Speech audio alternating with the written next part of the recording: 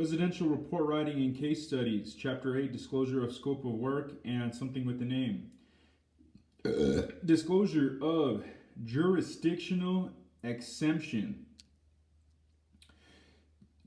USPAP states that if jurisdictional exemption is applicable in an assignment, there are 4 specific action steps demanded of the appraiser.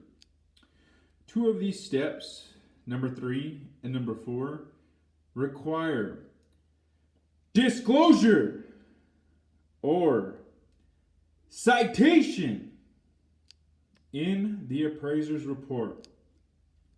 According to the jurisdictional exemption rule, an appraiser must 1. Identify the law or regulation that precludes compliance with USPAP. 2. Comply with that law or regulation.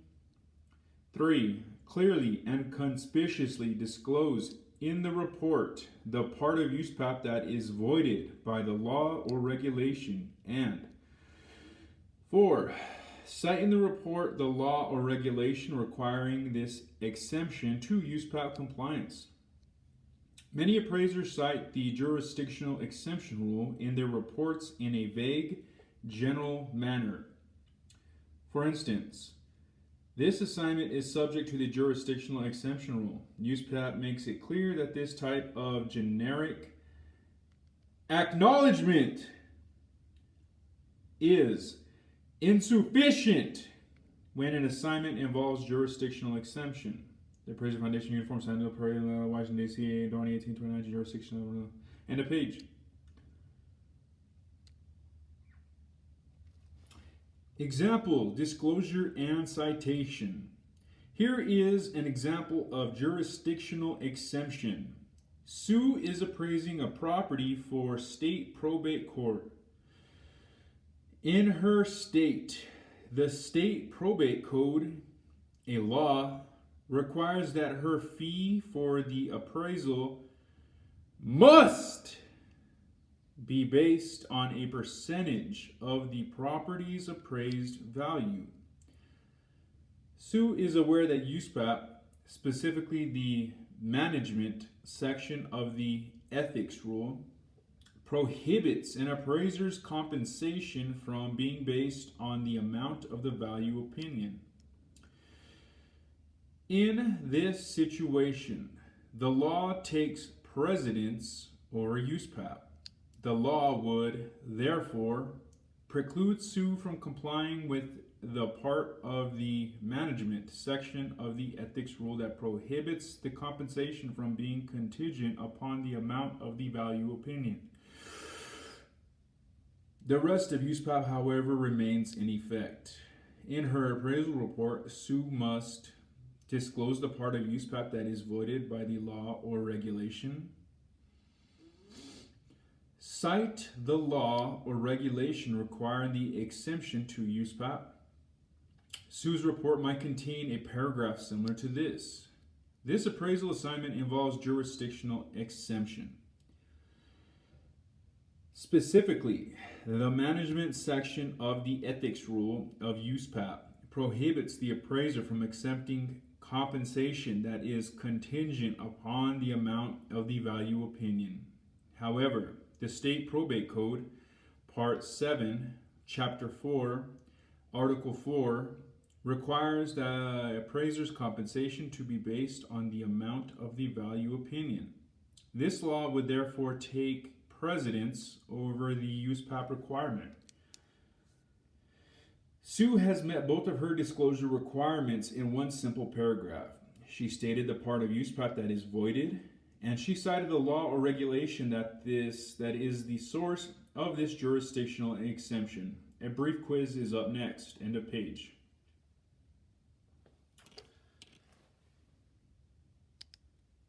Number 1. In order to be effective, scope of work disclosures, A, need not be lengthy or technical. B, must appear in a separate, identified section of the report. C, should comply with USPAP requirements for length and technical complexity. Or D, should be written by an attorney. I'm going to go C, should comply with USPAP requirements for length and technical complexity.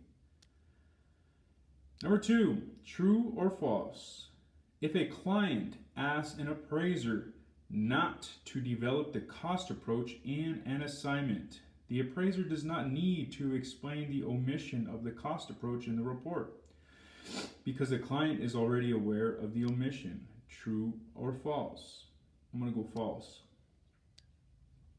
And number 3, a state passes a law requiring appraisers to keep their appraisal work files for a minimum of 8 years. Is this a jurisdictional exemption? Yes or no?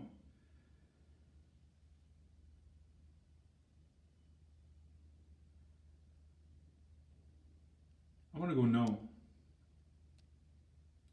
Assessment completed. Finish. You got a 66.7%. You passed, but you missed one.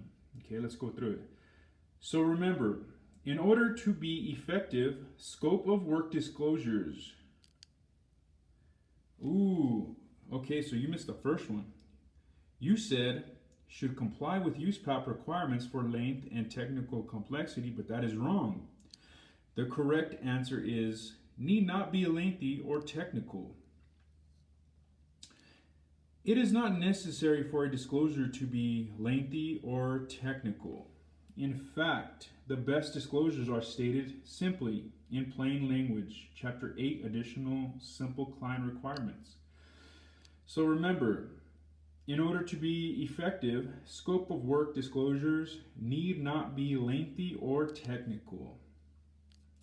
Number 2, if a client asks an appraiser not to develop the cost approach in an assignment, the appraiser does not need to explain the omission of the cost approach in the report because the client is already aware of the omission. True or false? And you said false, and that is correct. Number 3, yes or no, a state passes a law requiring appraisers to keep their appraisal work files for a minimum of 8 years. Is this a jurisdictional exemption? You said no, and that is correct.